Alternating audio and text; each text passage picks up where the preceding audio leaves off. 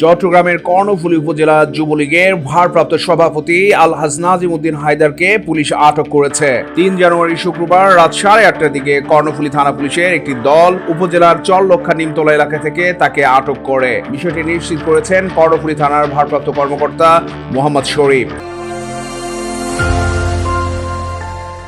Police জানায়, চরলক্ষা এলাকায় এক ব্যাংক ম্যানেজারের সঙ্গে কথোপকথনে লিপ্ত ছিলেন যুবলীগ সভাপতি নাজিম উদ্দিন। খবর পাওয়ার পর পুলিশ তাকে আটক করে। অপর এক নির্ভরযোগ্য সূত্রের দাবি, নাজিম উদ্দিন সেখানে যুবলীগের আরেক নেতার সঙ্গে মাটি কাটার ব্যবসা সংক্রান্ত বিষয়ে আলোচনা করতে গিয়েছিলেন।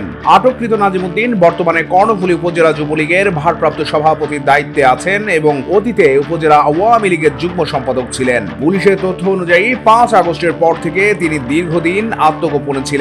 গেল বছরের 4 আগস্ট চট্টগ্রামের নিউ মার্কেট এলাকায় ছাত্র জনতার আন্দোলনে নাশকতার অভিযোগে তার নাম উঠে আসে। ওসি মোহাম্মদ শরীফ জানান, তাকে কোতোয়ালী থানায় হস্তান্তর করা হয়েছে। সেখানে আইনি ব্যবস্থা গ্রহণ করা হবে। কোতোয়ালী থানার ভারপ্রাপ্ত কর্মকর্তা মোহাম্মদ আব্দুল করিম বলেন, কর্ণফুলী থানার পুলিশ নাজিম উদ্দিন নামের একজনকে থানায় হস্তান্তর করেছে।